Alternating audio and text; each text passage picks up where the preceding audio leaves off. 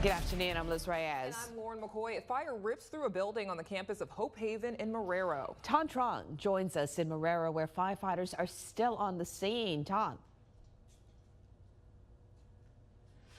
Lauren, good afternoon. Take a look behind me. Firefighters are still at this hour putting out hot spots at this building here on the campus, and they're putting a lot of focus on this tower-like structure at this building.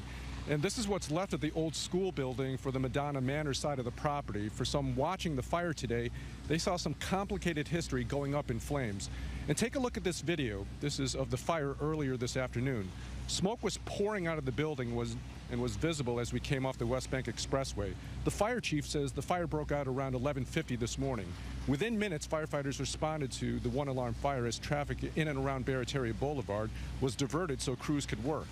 The Archdiocese of New Orleans owns the building and says it's been empty for some time.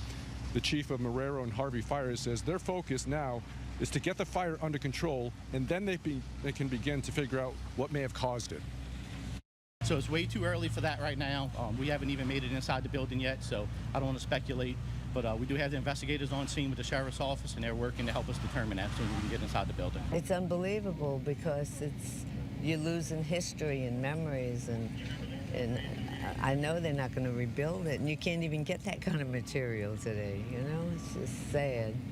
It's heartbreaking. Hope Haven opened in 1925 as an orphanage and a place for wards of the state. Madonna Manor and the school building were established later in the 1930s. Hope Haven closed in the 1980s. The campus's Spanish architecture has always been a defining feature, but in the early 2000s, almost 24 lawsuits against the Archdiocese were filed by adults who said they were physically and sexually abused at the orphanage when they were kids in the 1950s and 60s. The Archdiocese eventually settled the lawsuits, paying more than $5 million.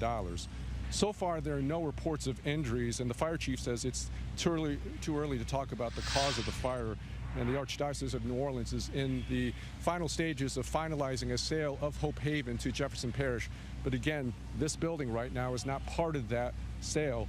And as you can see behind me this afternoon, it's smoldering. In Marrero, Ton Trung, Fox 8 Local First.